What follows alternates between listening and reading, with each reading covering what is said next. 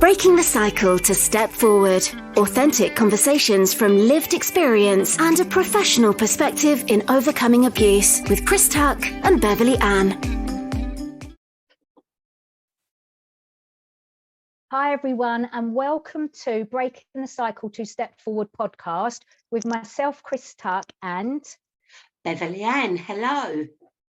So this is episode 31. We're getting through these episodes, aren't we, Beverley? How are you finding it all? No, I'm finding it really exciting. And I'll tell you what's great is the feedback that we're getting and some of the questions that we're being asked. And it's like anything. And I think this is an important message for anyone trying anything different. There's always that, oh, what if it doesn't go right? Or are we saying the right thing or the wrong thing? Because we're very aware of, we share our views and it doesn't necessarily mean it's the same as everybody else's. But it's really great to be able to hear feedback and from other views as well. So people are finding it's greatest thing is the message is they're not alone, they're normal. Yeah normal in the sphere of someone who maybe have gone through some kind of trauma or bullying, abuse, all of that kind of stuff, which is our lived experience. And that's what we try to bring to the table, isn't it, to try and normalize the impact so that we can heal from that impact.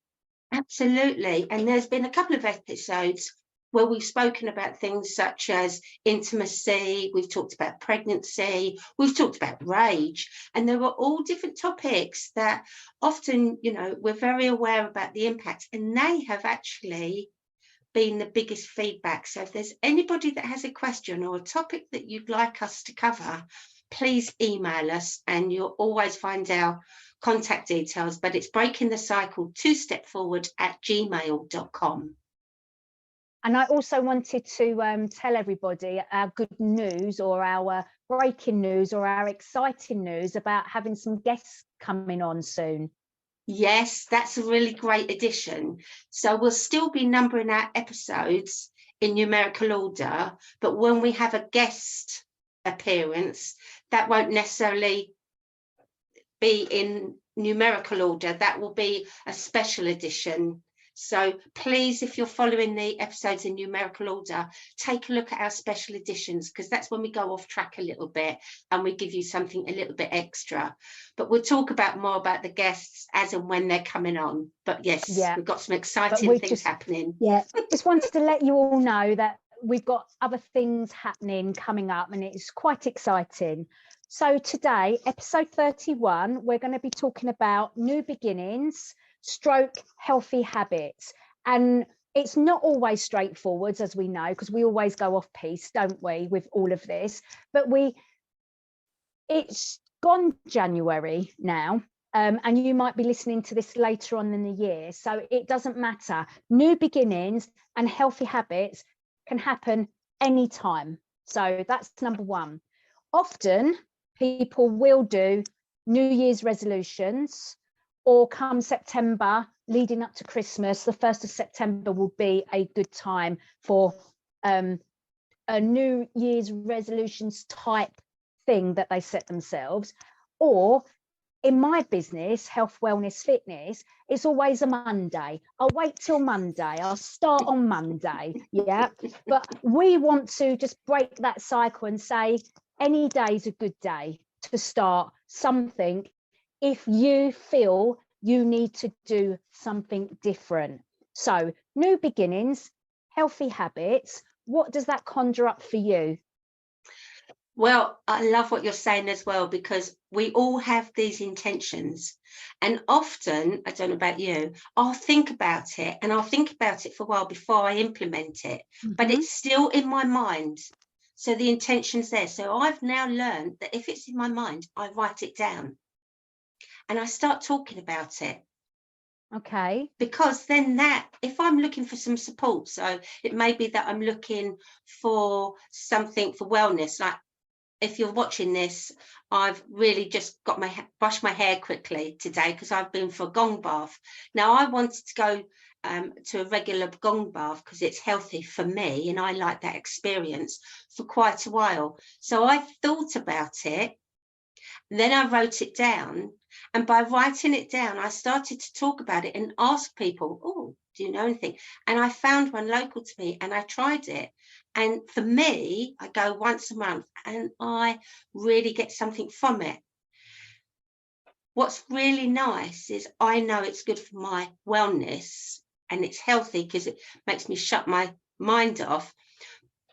What's also good is I've learned, and this is really good following on from last week's podcast about letting go, I've learned to let go of being uber critical. So if there's a reason I can't go for one of them, okay, I accept I can't go, but I don't beat myself up now. Can you just explain to people before we move on, what is a gong bath? Good question, because it's got lots of different... I know it's a good question because that's why I asked it. So it can be called lots of different things, but she actually calls it a gong bath. But the one I go to, she has a large gong, and she has a couple of varying sizes, and she has bells. She has all different containers that make different noises. So one of them is like a big old wooden sieve with a lid on it, and it's called the sea noise. And as she moves it, it's got it sounds like it's got pebbles that are moving when the sea's brushing over it. For me, what I like is all the different noises and vibrations. And what it does for me, it takes me back to being a young child and being happy, listening to stories, you know, like Peter and the Wolf. I loved listening to that. The gong sound, when it plays that gong, not everybody likes it, but I love the resonation of that. And when I lay down, so when I go to bed, it's very easy to say, oh, when you relax, just get rid of everything from your brain. But I'm a person like, oh, I could just do this. Oh.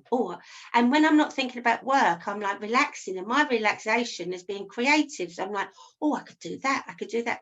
When I'm there listening to all these sounds, I'm listening to these sounds, I'm breathing. And what happens is you find that you don't go to sleep. I'm not saying I've never done that, because I have. But you actually become so immersed in the sounds, you forget what's happening. So today we're recording this, and I'm not doing anything too heavy this afternoon, and I make sure I do that. But I feel really lifted, energized, lighter. Yeah, all those words. Yeah. And the reason why I like it is, for me, you lay in a position on the floor how you feel comfortable. So some people go in, they lay on the floor, they have their arms open and everything, and that's fine. For me, often, like today, I didn't. I was actually more in the fetal position on my right side because it was cold. I had my nice warm blankets with me, but that's what I felt that I needed. Lovely, thank you for that description.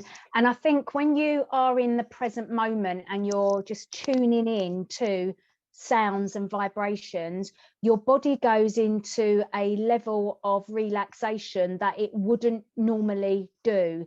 So giving yourself that time to completely go off piste and relaxed. I hope that come across properly and it didn't come across like a swear word.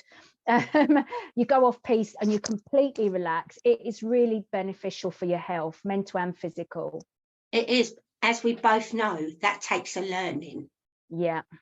And that's why I just wanted to reiterate about how you lay down, because I at one time would have struggled to have just been there and be in a place where I felt that I couldn't move. Well, actually, you do have the choice to get up and move off quietly if you're uncomfortable. Yeah. And it's about, with anything, it's about finding the right person so that you have a place of safety. Yeah. So I know I enjoy that now, but at one time, years ago, I couldn't have done that. What, lay there for an hour doing nothing? Yeah. And I allow myself now to release the trauma because I can feel it in my body and the tension. Yeah. What about you, Chris? How do you do with laying still? because obviously people know, and you're aware, that I teach classes. So I teach from a trauma-informed perspective, especially Pilates. And if I have a class of survivors, for example, when I'm running my course, you really notice the difference between a class of survivors and a class of community members. Community members are usually just tend to just get on with what you say, and it doesn't matter what you say, it doesn't really trigger anybody. But when you've got a group of survivors, including myself, I've been here in a group myself, even just saying bend your knees, you know, if you're doing an adductor stretch, for example, in a community class, I would say just take your knees out to the side, let your inner thighs relax, and we'll do some breathing, and we're trying to just improve flexibility, and we're just trying to get that lovely stretch going on the inside thigh. That can be a massive trigger for a survivor because of what they may have gone through. So this is the difference between trauma-informed and not trauma-informed as well, and knowing the group of people that you have in front of you. And also, when the survivor had a trigger because of what I'd said, inadvertently said, they then got learning themselves, because they then understood that actually being in a vulnerable position for them, even though it's a normal stretch in a normal class, in a survivors group, it's not normal. It's not perceived by them as normal. It can become a massive trigger, and it can really, well, set this particular person down a path of distress. So we had to sort of like obviously ground that person, sort them out, make sure that they were okay.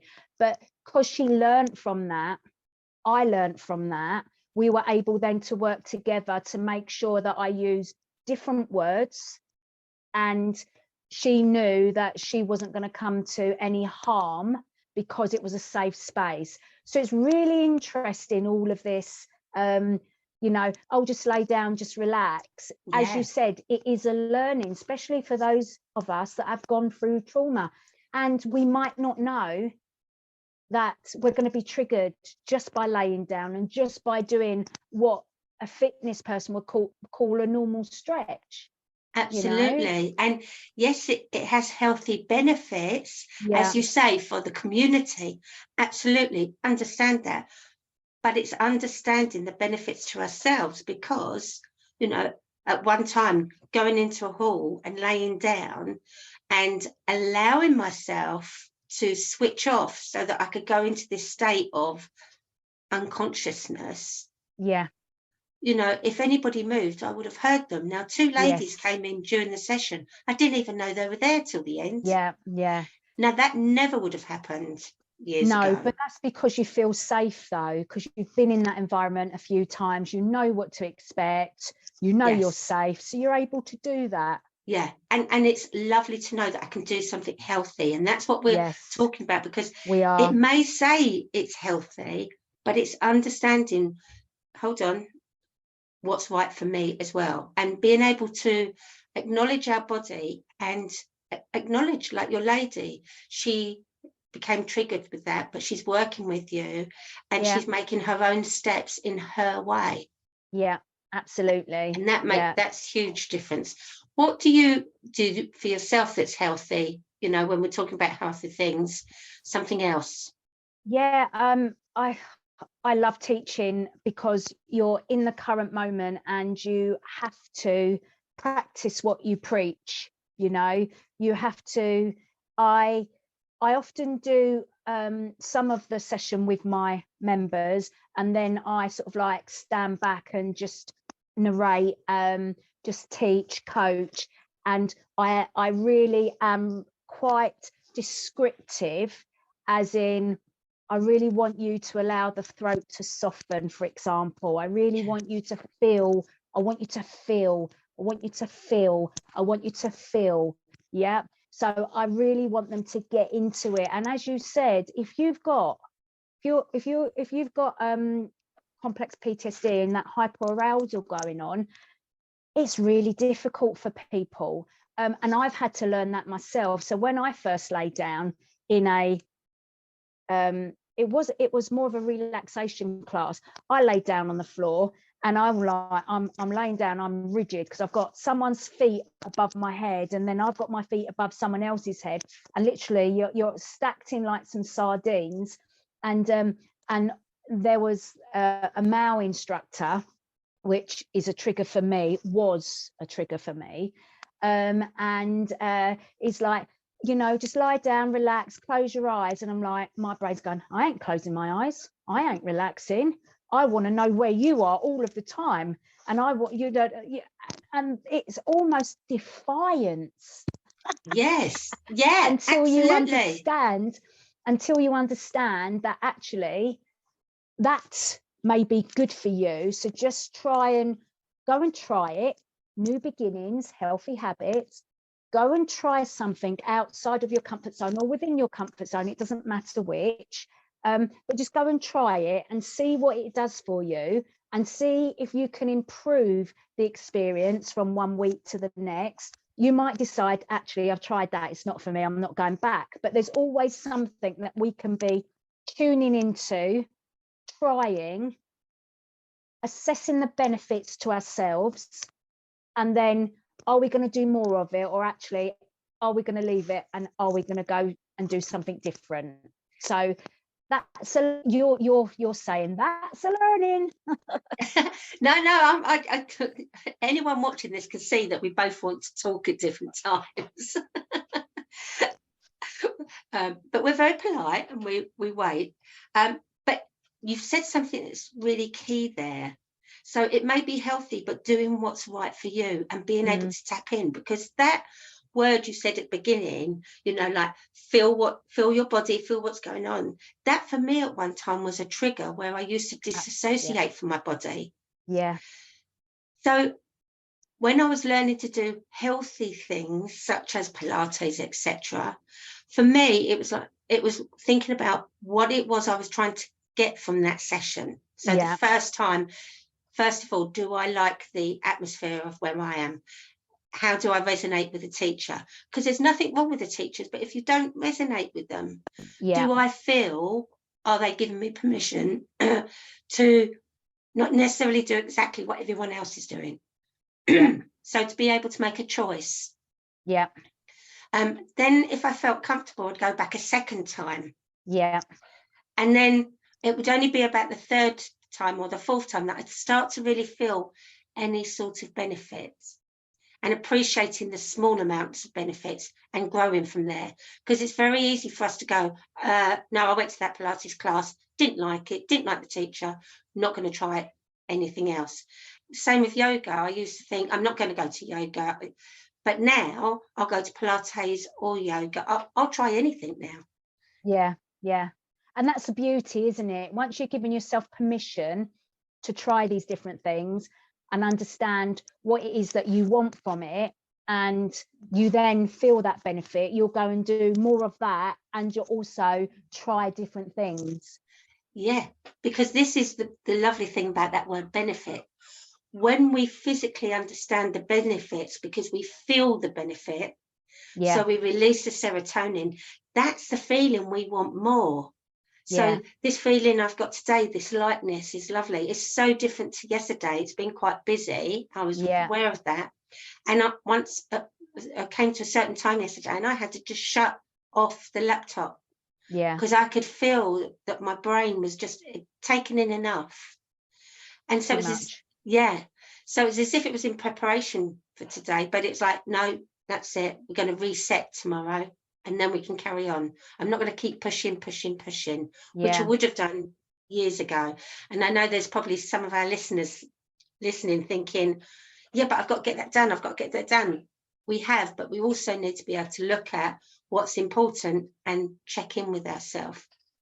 And that goes back to the healthy habits, doesn't it? It's about, like we've said throughout all of our podcasts, it's about the balance. It's about feeling productive, but not pushing yourself to the extent that you're so busy that you don't tune in with yourself, you don't check in with yourself. And we've both done that, haven't we? We've both gone, always be productive, always keep going, because that's a coping mechanism. But after you've had either a breakdown or a breakthrough, you have to learn different habits that are healthy in order to make sure you don't go back to a place of complete distress, overwhelm, breakdown. So building the healthy habits or having those new beginnings is really, really important. Now, at the beginning of this, Bev, you were talking about thinking about it, talking about it before actually taking action. And that's what most of us will do. We're set an intention, but we won't act on it straight away. And that's absolutely fine.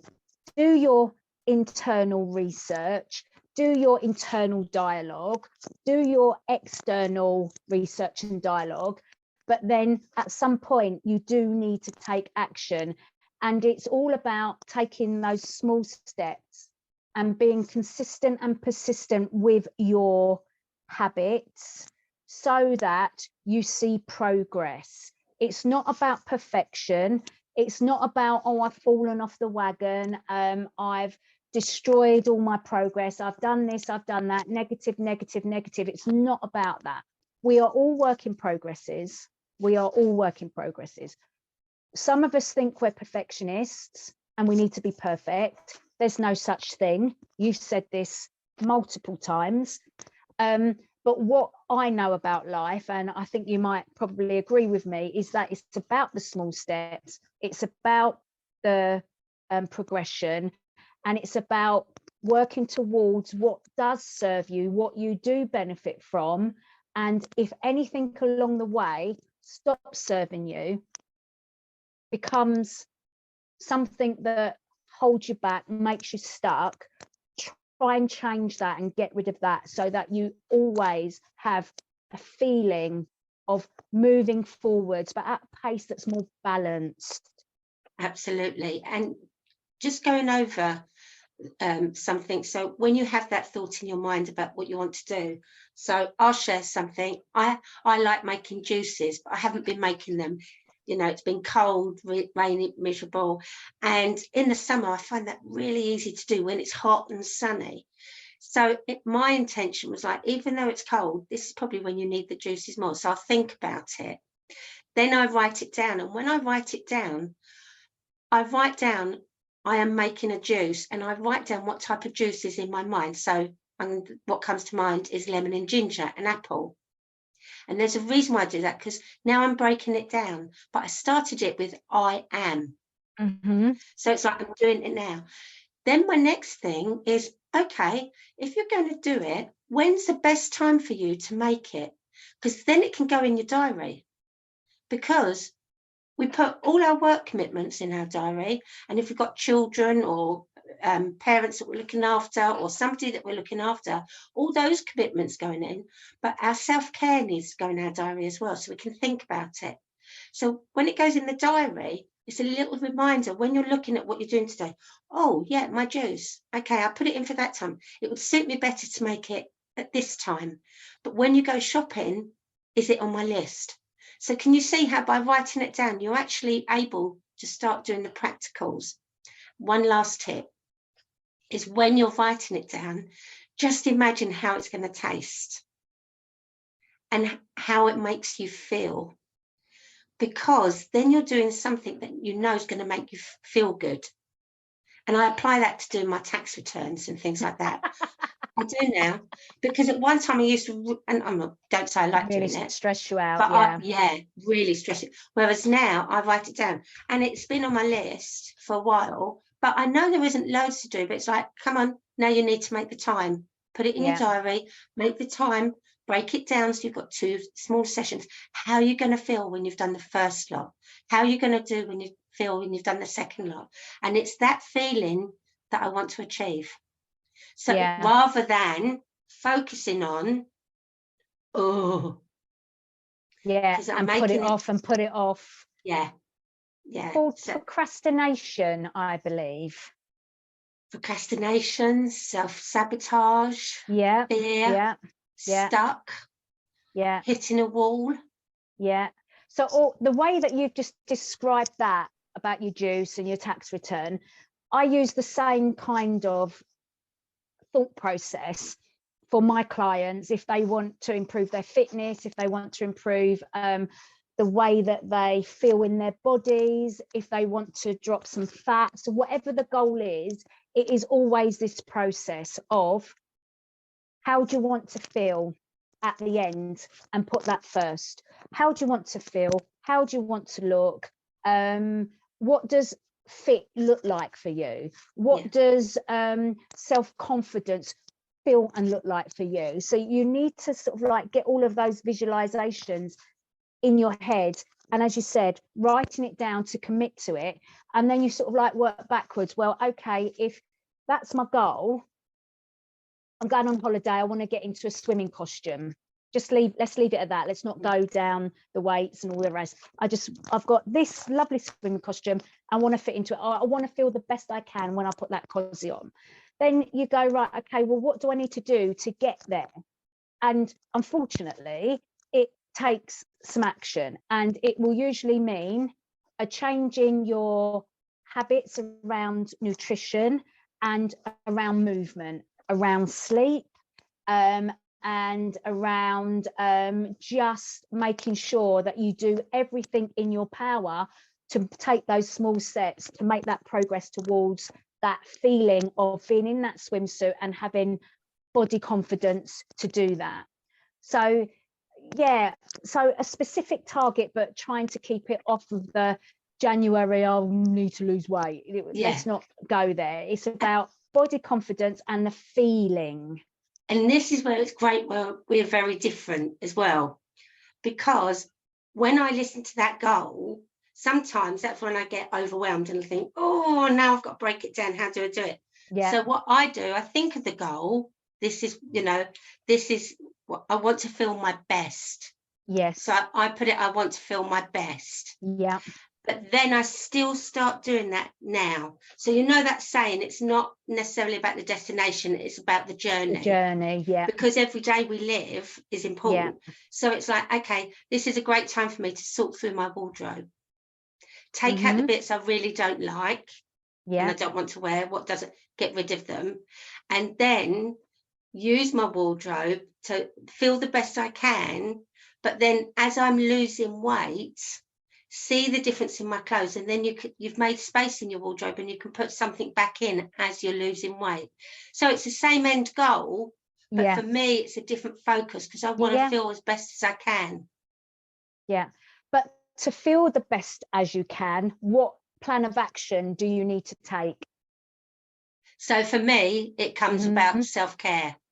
So I go back even further. So if I find I'm eating the wrong food types, and hey, we were laughing, when it's cold, wet, and it's miserable, and you're tired, and you're over emotional, I walk into the kitchen and I don't want anything green and healthy. I'll go for the chocolate biscuits that I don't even touch in the summer, and the packet's gone. So to change that for a new beginning and think, no, come on. So when I'm go in the bathroom in the morning, I start looking in the mirror, because often I'll find that I haven't been looking in the mirror. So as I'm cleaning my teeth, I'm looking in the mirror and I'm nurturing myself. I'm looking at myself. Have a bath.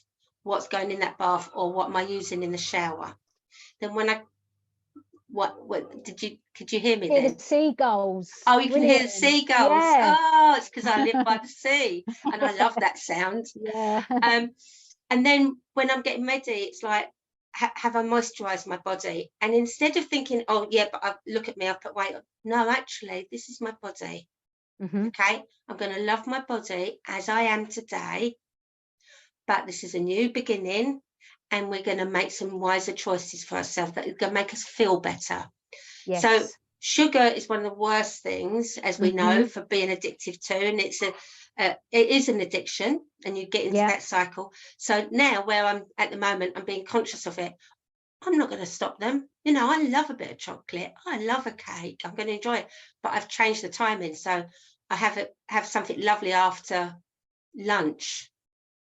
And then if I eat something in the evening, I think of it as being more nutritious. So I can have something sweet, but more nutritious. But that's because I'm coming at it from a different way. I'm doing it. I'm loving myself. I'm nurturing myself, rather than if someone tells me I've got to go on a diet, not that you said that, but No. I've got to go, if I've got to restrict what I've got to do, I'm like a rebel. My teenage self really comes out. You're telling me no? Well, you know what? I'm going to do it all the more. And that's a thing about this, is the psychology behind it all, is that the minute you start restricting yourself, you usually want the stuff that you've restricted more and more, and it becomes so overwhelming that that's what usually breaks anybody's progression moving forwards, because they just can't do it. So building healthy habits and having new beginnings when it comes to nutrition, it's not about cutting anything out, but what it is, as you said, it's about making better choices, wiser choices, and not cutting the non-nutritional foods like cakes and chocolate, which I love a chocolate. It's about understanding and keep telling yourself that you can choose to have it, but it doesn't provide any nutrition. I'll caveat this: Cadbury's chocolate doesn't provide you any nutrition, but dark chocolate can. Oh, yeah. Now you're giving me a reason to go. So you can make different choices. The higher the cocoa level in chocolate, the darker the chocolate, it's often more bitter as well. You don't need so much of it, and also your body can actually use the ingredients that's in it, rather than if you eat dairy milk like I do when I eat chocolate, which is not good for you. There's really no nutrition in it whatsoever. It's just sugar, and it will just spike your insulin. It will spike your blood sugars, and obviously insulin's released to take that out of your body. So it's just like, what is it you can do that could become a healthier habit, so that you move towards your goal, your new beginning, whatever it is you've chosen to do for yourself? Because sorry, I was going to say, it's those little tips that you've given that are really useful. And I remember when I wanted to first start juicing, etc., and making smoothies, and I said, well, I don't have time to chop it all up and do that. And somebody said, oh, I buy fresh fruit and I put it in the freezer, or sometimes you can buy frozen fruit. And I was like, really? And it sounds so simple, and anyone listening must think, oh, what, you didn't know that, Beverley? I hadn't even considered that. Thought about it. Yeah. So it's like fish. Sometimes I like buying tins of sardines with or without the tomato sauce, because then I know it's a really great source of fish and fish oil, which I can do at lunchtime, which is simple, but it's a healthier option, and I feel better when I'm having it. Because with the sugar, when we're spiking, for instance, we spike because we're using it to make us feel better. We reach that fantastic high, and then we drop. Crash, baby. Absolutely. Crash and burn. So we chase that feeling that we got initially from the chocolate, and neurologically our brain's thinking, oh, if I have chocolate, I'm going to feel as good as I did, and I want more. And that's where the cycle comes from. It's the psychology behind it all. It's fascinating, but it all depends what the individual's goal is and what steps they may have to take to get to that stated goal. But for us, when we're working with individuals that have gone through trauma, for example, if I have a client that comes to me and is obese, is type 2 diabetic, for example, I know their nutrition has to change. They've probably got to a point where they can't really even have even a little bit of sugar. In the future, yes, but right now something needs to change quite drastically in order to get their health back on track if it's gone down a completely detoured route.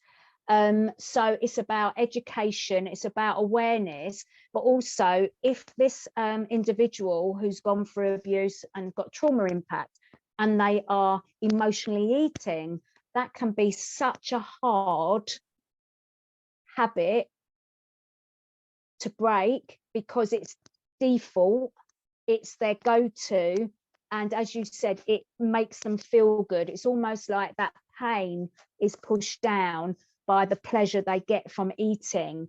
But I've come across some survivors, and there was one particular individual that I met with when I was working at psychiatric hospital, and the eating disorder was so great that they literally gorged themselves on food to make themselves as fat as they could become, and in her words, as ugly as she could become, because then no one would want her, no one would harm her, and that's what makes her feel safe. And she'd been doing that for years and years and years. So you can imagine this poor lady, her self-esteem, her self-confidence, her self-worth completely and utterly trashed. And it was so embedded that no matter what work was done with her psychologically, a lot of those patterns of behavior would never be able to be turned around, because of the picture that she'd painted for herself, that I have to be like this, and to be like this means doing this, gorging, binging, because that's the only way I'm going to feel safe. And that's a lot to change. And absolutely, and that's our survival techniques, and we can't just change things overnight. And that's a really good, and vision to show us, as much as we think we're sitting here talking, oh yeah, we can do this, we can do that. Sometimes it really takes a lot of support. Yeah, it takes a look at looking underneath, so looking at things that you don't think relate to your foods. And I'm very aware of timings here, because we're running right over. So I'm going to try and wrap it up. But when we're thinking about what we want to change, one of the other things is, what support do I need? Because as survivors, it's very easy to want to keep control. I can do this. I've got used to doing everything on my own, or I don't know how to do it. So what's the use? But it is about finding support that's right for you, asking questions. Because there'll also be some people, and I want to mention that'll be listening today, and they may be feeling very resistant to what they're hearing today, and being triggered in a way, or have feelings of anger. What do you mean? And if you are getting those feelings, good, acknowledge them, write them down. Because we're not being judgmental of anyone, but often we're very judgmental of ourselves. Yes. And when we are, that's something we learn to embrace, and then think, okay, I'm writing it down, how I'm feeling now. Now I'm going to walk away and leave it and just see what comes up, because that's often where the answers come from when we are resistant. What is it I'm being resistant to? Sorry. If you can work things through yourself, that's great. But if that feeling or resistance brings up emotions that you can't deal with on your own, that's when you need to get the support, the help, the expert advice and interventions as and when you need it. Just like this lady that I've spoken about, obviously ended up in psychiatric hospital under the care of psychiatrists, under the care of doctors, medication, and just probably intense therapy.